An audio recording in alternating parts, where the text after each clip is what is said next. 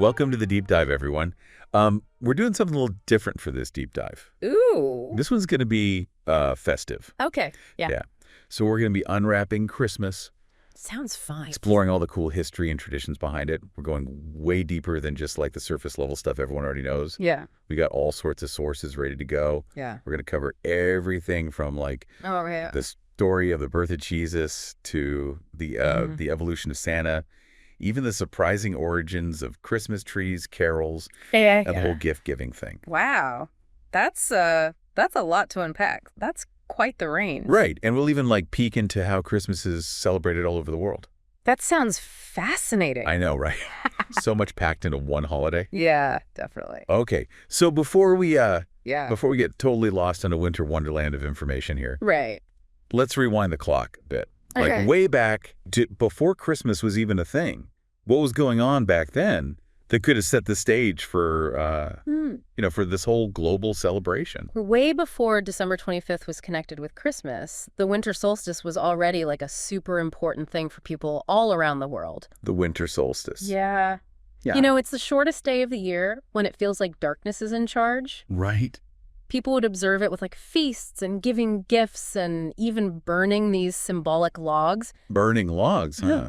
Like the Yule log tradition. Exactly. The Yule log actually comes directly from those old pre-Christian celebrations of the winter solstice. Really? Yeah. It represented warmth and light and the promise that the sun would come back. It's amazing how those ideas still resonate even today, even if we're not all sitting around a fireplace or anything. That is cool. Yeah. It really makes you think about all the different ways we try to like, bring light and warmth into those dark winter months. Yeah, for sure. You know what else I'm thinking about? What's that? The Roman Saturnalia. Oh, yeah. It was a whole week of feasting and gift-giving in ancient Rome. Mm-hmm. Sounds like they knew how to party. Definitely. But how does that tie into Christmas? Well, that's where things get really interesting. See, the Roman Empire had a huge influence on early Christianity. Oh, right. Some historians think that early Christians actually picked December 25th on purpose to line up with the Roman festival of Sol Invictus, which also happened on that date. Sol Invictus. Yeah. It means the unconquered sun. So they were combining the old festival with the celebration of Jesus' birth. Exactly. By connecting Christmas with the sun being reborn, they could sort of like reframe that existing festival. Clever. And celebrate Jesus as the light of the world. Yeah. It was a really smart way to introduce their new faith while still acknowledging the existing culture. So early Christmas was like a big mix of different beliefs and traditions. It really was. And speaking of mixing things up, Okay. let's talk about the Nativity. Like the heart of Christian Christmas. Makes sense. You know, you see nativity scenes everywhere during the holidays, even in places where Christianity isn't the main religion. Yeah, you're right. It makes me wonder if the nativity is purely a Christian thing or if it comes from somewhere else. Well, the story itself is definitely central to the Christian faith, but those visual nativity scenes that everyone loves, those actually developed over time with different cultures adding their own artistic styles and interpretations. That makes sense. Yeah. It's wild how something like the nativity can be so personal and religious. Right.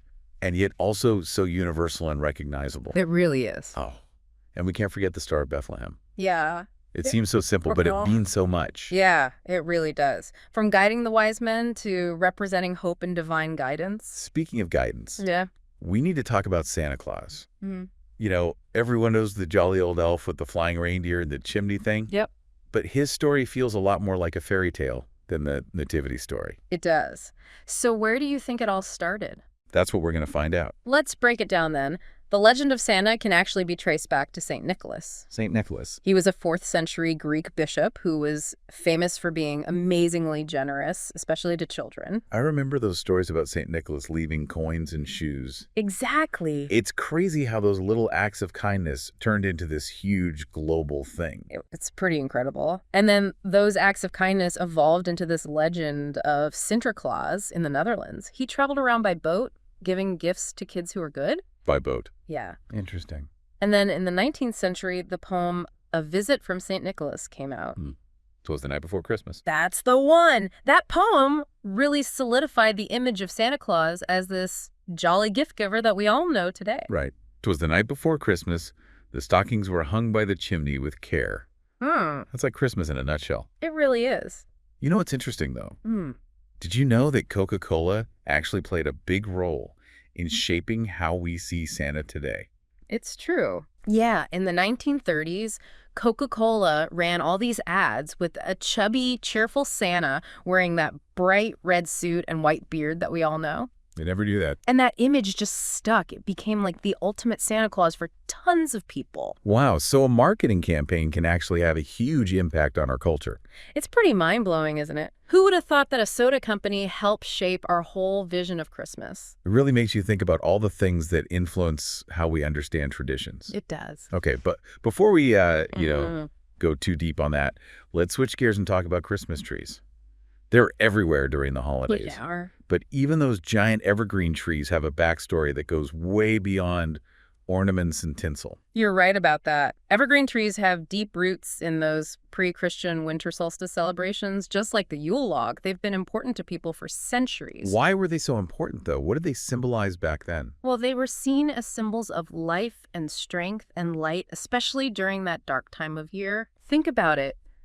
Their ability to stay green and alive all through winter. That symbolized hope and the promise of spring coming back. It's beautiful how that meaning still resonates with us today. We bring those trees right into our homes and cover them with lights and decorations. We do. It's almost like we're trying to recreate that ancient feeling of hope. That's a great way to put it. And, the tradition of decorated Christmas trees, as we know it, actually started in 16th century Germany. Germany? Yeah.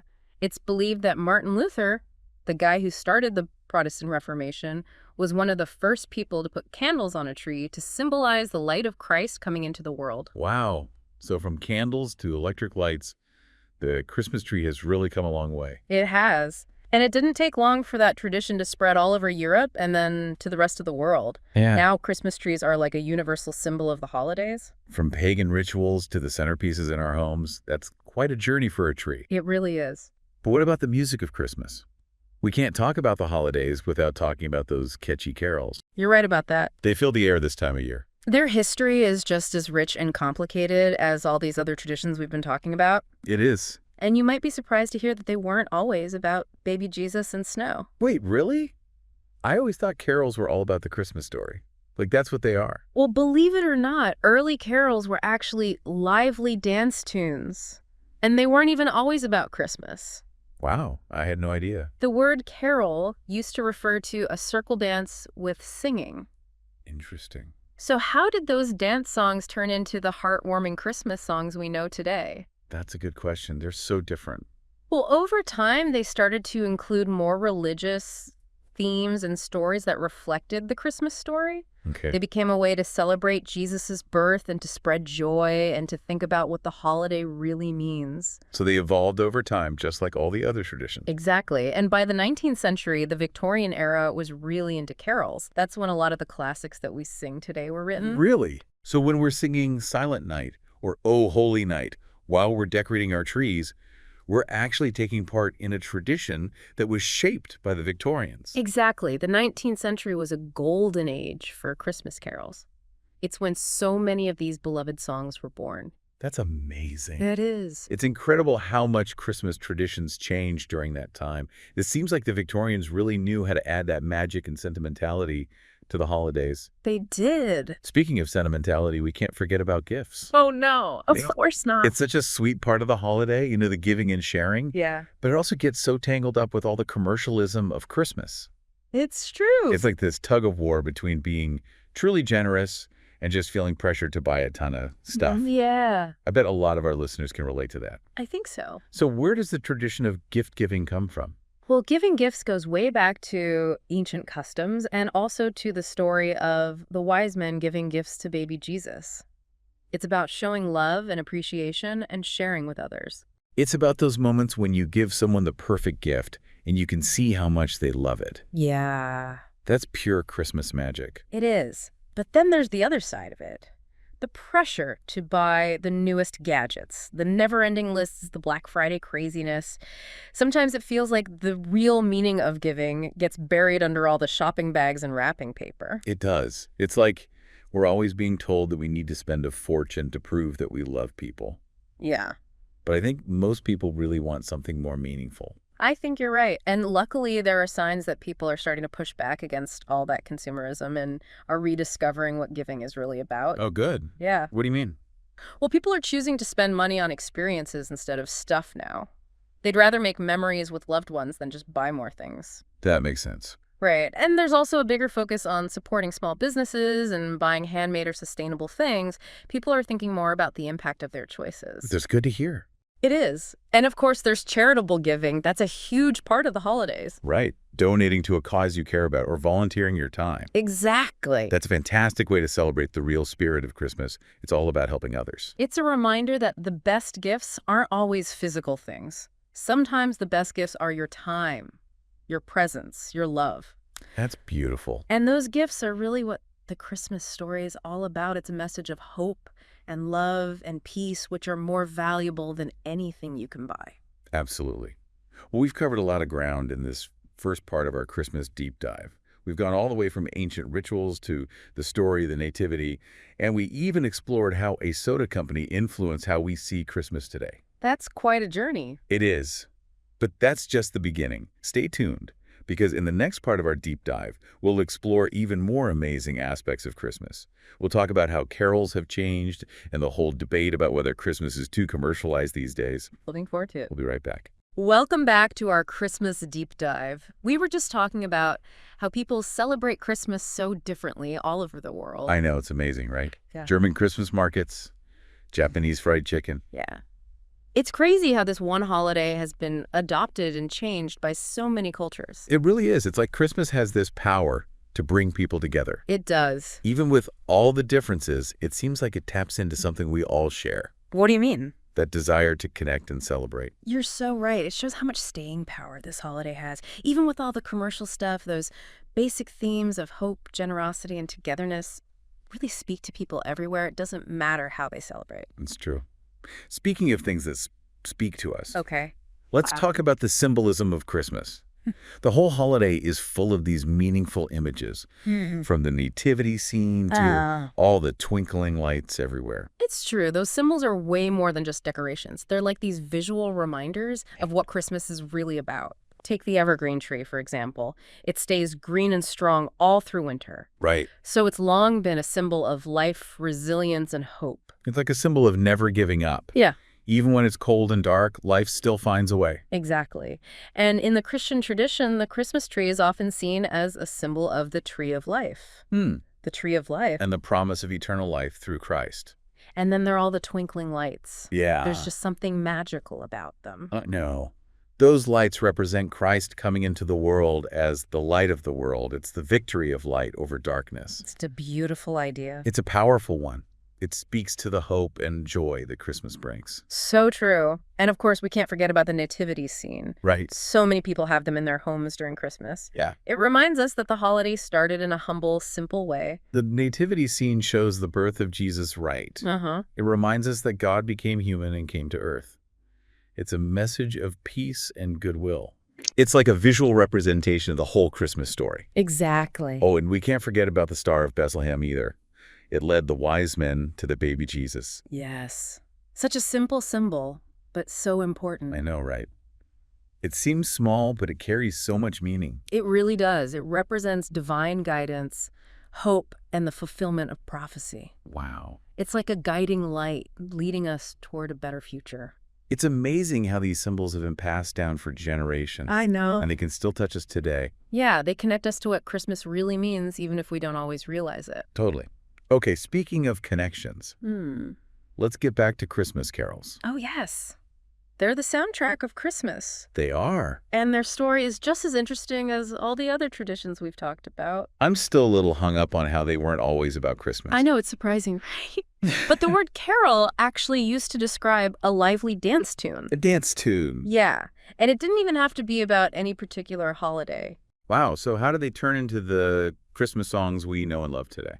Well, gradually over time, carols started to include more religious themes and stories about Christmas. Okay. So they became a way to celebrate the birth of Jesus, but also to spread joy and encourage people to think about the deeper meaning of Christmas. So they changed over time, just like everything else about Christmas. Exactly. And then in the 19th century, during the Victorian era, carols became super popular. You could say it was the golden age for carols. Composers like Felix Mendelssohn and Adolphe Adam wrote some of the most famous carols we know today. Wow. So Silent Night and Oh Holy Night. Yes, Yeah. those are great examples. Those really capture the Christmas spirit, don't they? They make you feel all warm and nostalgic. They do. They remind us of happy memories and bring people together. That doesn't matter if you're singing in a church or around the Christmas tree with your family. Nope. Carols create this shared experience that brings everyone together. Okay, speaking of shared experiences, Yeah. let's talk about Christmas presents. Oh, yes. That's always a hot topic. It is. The tradition of giving gifts is complicated. It's such a big part of Christmas for so many people. But it also makes us think about things like commercialization and the pressure to spend a lot of money. It's true. It's a tricky balance between being truly generous and getting caught up in trying to buy the perfect gift. Yes. I bet a lot of people listening know exactly what you mean. Totally. So tell me about the history of gift giving. Where does it come from? Well, it goes back to ancient traditions and also to the story of the wise men bringing gifts to Jesus. It's a way to express love, show appreciation, and be generous with others. It's about finding a gift that you know someone will really love. Yeah. Seeing their face light up when they open it. It's like magic. It is. Yeah. But then there's the other side of it. The pressure to buy all the latest gadgets, the endless lists, the Black Friday craziness. It can be overwhelming. It can. It's like the real meaning of giving gets lost in all the shopping. Sometimes it feels like we're being told that we have to spend a ton of money to prove that we love people. Exactly. Yeah. But deep down, I think we all want something more meaningful. I agree. But the good news is that people are starting to resist all that consumerism. Oh, that's good to hear. Yeah. They're finding new ways to give that feel more genuine. Like what? Well, for example, people are choosing experiences instead of things. They want to make memories with their loved ones instead of just buying more stuff. I've noticed that. Right. Yeah. And people are also paying more attention to where they spend their money. They're supporting local businesses and buying handmade or sustainable gifts. So they're making choices that match their values. Exactly. And of course, we can't forget about charitable giving. Oh, right. Donating to charity or volunteering your time. That's such a great way to celebrate Christmas. It's about thinking about others and helping those in need. It's a good reminder that the best gifts aren't always something you can hold in your hand. I agree. Sometimes the best gifts are giving your time, your presence, your love. So true. Those gifts are really what Christmas is all about. You said it. A message of hope, love, and peace. Those are things you can't buy. All right.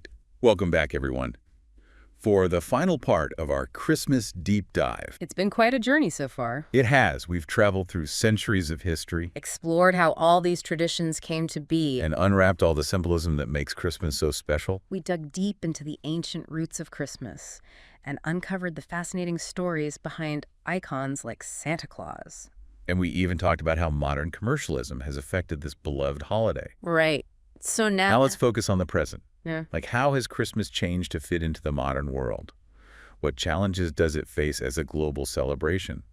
And most importantly, how can we all embrace the true spirit of Christmas in a way that feels authentic and meaningful to us? Those are great questions to think about. Christmas has definitely changed a lot over time. Yeah. One of the most interesting things about how it's evolving today is how it deals with all the different religions and cultures in the world. That's a good point. It feels like we're always talking about whether religion or secularism is more important in modern Christmas celebrations. Yeah. You know, like that whole war on Christmas debate that happens every year. Some people think the religious parts of Christmas are being ignored, Right. while others see it as a more inclusive celebration of values and traditions, no matter what your religion is. That's a really complex issue. It's important to remember that there are many different opinions on this and that we should talk about it respectfully. Totally. Christmas is supposed to be about peace and goodwill, not fighting. Exactly. And speaking of tricky issues, the commercialization of Christmas is a tough one to avoid. It's true. It's everywhere. Yeah. From all the ads to the feeling that you have to buy the perfect gifts.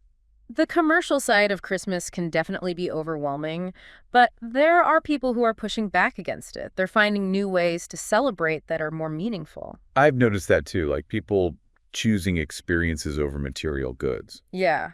They want to create memories with their loved ones instead of just buying more stuff. Right. And we're also seeing more support for local businesses and handmade or sustainable gifts. Like people are being more conscious of where their money goes. Exactly. They want their choices to reflect what they believe in. And of course, there's charitable giving. Donating to charity or volunteering your time. It's such a powerful way to celebrate Christmas. It's all about recognizing that we're all connected and helping those who need it. It reminds us that the best gifts aren't always physical things. Right. Sometimes the best gifts are giving your time, your presence, your love. Okay, so as we wrap up our Christmas deep dive, what are some of the main things our listeners should take away from this? What can they do to embrace the real spirit of Christmas in a way that feels true to them? That's a great question. As we get closer to the holidays, I think there are a few things to keep in mind. First, focus on the traditions that bring you joy and connection. Christmas is a time for celebration, so embrace the things you love about it. Whether it's going to church or getting together with family and friends or just enjoying the festive atmosphere. It's about making it personal. Exactly. And don't be afraid to try new things. If the pressure of buying gifts is too much, think about other ways to show your love and appreciation. Maybe you could spend quality time with loved ones or do something nice for them or even make them homemade gifts. It's about finding those genuine ways to connect. Yeah. You don't have to spend a lot of money to show someone you care. Yeah, exactly. And finally, remember that the true spirit of Christmas is about the relationships we build and the love we share. It's about being kind and compassionate to everyone, no matter who they are or what they believe. That's a perfect way to put it. It feels like we've come full circle. We started this journey by looking at the ancient roots of Christmas. Right. And now we've rediscovered what really matters about this holiday. Those timeless values of hope, generosity, and love. Christmas is a time for reflection, for connection, for appreciating all the good things in the world, no matter how you choose to celebrate. I hope your holidays are full of joy, peace, and meaningful moments with the people you love. And from all of us here at The Deep Dive, we want to wish you a very Merry Christmas.